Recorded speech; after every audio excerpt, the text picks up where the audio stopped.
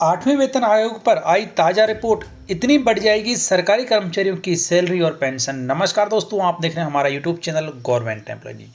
दोस्तों, 8वें वेतन आयोग को लेकर एक ताज़ा रिपोर्ट सामने आई है और इस रिपोर्ट के अनुसार 8वां वेतन आयोग कब लागू होगा, कितनी सैलरी बढ़ने की संभावना है, ये सब कुछ सामने निकल कर आया है। तो सब कुछ आपको बताया जाएगा, बने रहें इस वीडियो के लास्ट तक। इस खबर के अनुसार 8वां वेतन आयोग वित्तीय वर्ष 2027 में लागू होने की उम्मीद है। तो पहली बड़ी अपडेट कि साल 2026 भी नहीं, साल 2027 के दौरान वित्तीय यानी कि नया वेतन आयोग लागू हो सकता है। इसके अलावा केंद्रीय कर्मचारियों और पेंशनर्स के लिए एक अच्छी रिपोर्ट भी सामने आई है। दरअसल brokerage company ambit capital, company का नाम यहाँ पर है एम्बिट कैपिटल, जो कि एक ब्रोकरेज कंपनी है। इस कंपनी के अनुसार सरकारी कर्मचारियों की वेतन और पेंशन में 30 से 34% की जबरदस्त बढ़ोतरी हो सकती है। तो इस रिपोर्ट के अनुसार 30 से 34% तक की बढ़ोतरी सैलरी में देखने को मिल सकती है। एम्बिट कैपिटल के द्वारा 9 जुलाई को प्रकाशित रिपोर्ट में यह भी कहा गया है कि लगभग 1,12,00,000 केंद्र सरकार के कर्मचारियों और पेंशनभोगियों को संशोधित वेतन और पेंशन का लाभ मिलेगा। इससे डिस्पोजेबल आय में भारी बढ़ोतरी होने की उम्मीद है, जिससे उपभोग को बहुत जरूरी बढ़ावा मिलेगा। दोस्तों, आपके हिसाब से सैलरी कितनी बढ़ सकती है, कमेंट बॉक्स में लिखकर जरूर बताएं, क्योंकि 7वें वेतन आयोग में भी 14% के आसपास बढ़ोतरी देखने को मिली थी। इस बार कैपिटल यानी कि एम्बिट कैपिटल की रिपोर्ट के अनुसार सैलरी लगभग 30 से 34% तक बढ़ सकती है। अब इसके बारे में कुछ डिटेल्स भी यहाँ पर दी गई हैं, उनको भी जान लेते हैं। तो कंपनी का मानना है कि यात्री वाहन, बीएफएसआई, एफएमसीजी और क्यूएसआर जैसे सेक्टर को इस बढ़ोतरी से लाभ होगा। हालांकि इस बढ़ोतरी का परिणाम इस बात पर निर्भर करेगा कि वास्तविक वेतन में वृद्धि कितनी होती है, जो कि फिटमेंट फैक्टर के आधार पर बढ़ोतरी उसमें की जाएगी, और इसे कब से लागू किया जाता है, ये सब कुछ इस बात पर डिपेंड करेगा। इसके अलावा ये भी कहा गया कि यदि इसे लागू करने में कोई देरी होती है तो इसका असर ड्यू पेमेंट के रूप में दिखाई दे सकता है, जिसका अर्थ होगा कि विवेकाधीन उपभोग को एक मुश्त बढ़ावा देना। यानी कि यदि वेतन आयोग लागू करने में देरी होती है तो कर्मचारियों को एक मुश्त पैसा मिलेगा, एरियर मिलेगा, इसका भी फायदा मार्केट को होगा।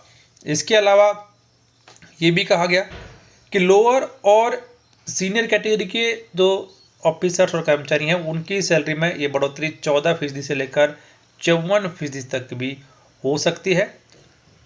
ब्रोकरेज द्वारा किए गए विश्लेषण से पता चला कि इन बढ़ोतरी के लिए 1.3 लाख करोड़ रुपए के अतिरिक्त वित्तीय राज्य कोषीय स्थान की भी आवश्यकता होगी। यानी कि वेतन आयोग लागू करने के लिए लगभग 1.3 लाख करोड़ रुपए का अतिरिक्त राजकोष भी सरकार को उठाना पड़ेगा। इसके अलावा एम्बिट कैपिटल ने अपनी रिपोर्ट में ये भी कहा कि इसके मैनेजमेंट के लिए सरकार को कैपिटल खर्च में कमी, जीएसटी दरों को युक्तिसंगत बनाने या सार्वजनिक उपक्रमों से लाभांश पर निर्भरता बढ़ाने जैसे उपायों पर विचार करना पड़ सकता है। खासकर राजस्व में कमी और लगातार प्रतिबद्ध खर्चों को देखते हुए ये कदम सरकार के द्वारा किया जा सकता है।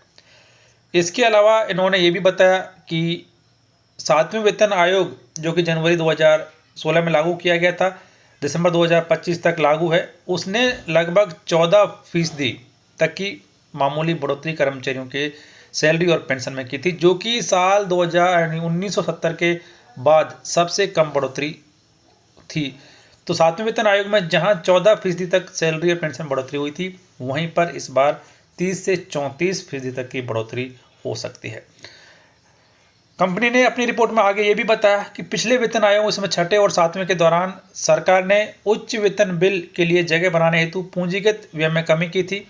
कर राजस्व में वृद्धि धीमी होने के साथ सरकार को सार्वजनिक उपक्रमों को अपने पूंजीगत व्यय लक्ष्यों को पूरा करने के लिए प्रेरित करना पड़ता है। सार्वजनिक उपक्रमों और आरबीआई के लाभांश पर अपनी निर्भरता जारी रखनी पड़ सकती है और जीएसटी को युक्ति संगत बनाना पड़ सकता है। तो ये ऐसे कदम हैं जो कि सरकार को उठाने पड़ सकते हैं वेतन आयोग को लागू किए जाने को लेकर। इसके अलावा कंपनी ने कुछ और भी यहाँ पर बताया, जैसे कि सरकार ने वित्तीय वर्ष 2026 से इंटीग्रेटेड पेंशन योजना यानी कि यूपीएस को लागू किया है। साथ ही पेंशन फंड में सरकार का योगदान 14% से बढ़ाकर 18.5% कर दिया गया है। इसमें से 8.5% सरकार के विवेक पर निर्भर है कि फंड को कहाँ रखा जाएगा।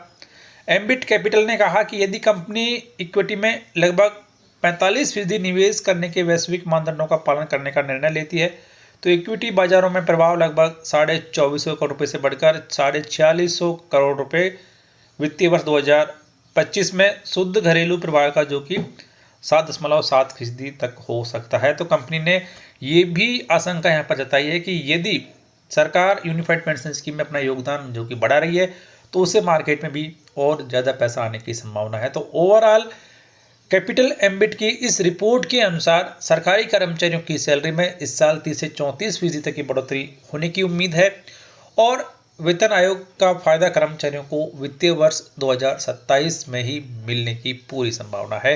हो सकता है इसमें और भी देरी हो जाए, लेकिन ये ताज़ा अपडेट सरकारी कर्मचारियों के लिए 8वें वेतन आयोग को लेकर, इसके बारे में आपकी क्या राय है कमेंट बॉक्स में जरूर लिखें। वीडियो को लाइक और शेयर करें, चैनल सब्सक्राइब कर बेल आइकन प्रेस कर लें और नोटिफिकेशन ऑन कर दें ताकि हर एक ताज़ा अपडेट आप सबसे पहले देख पाएँ।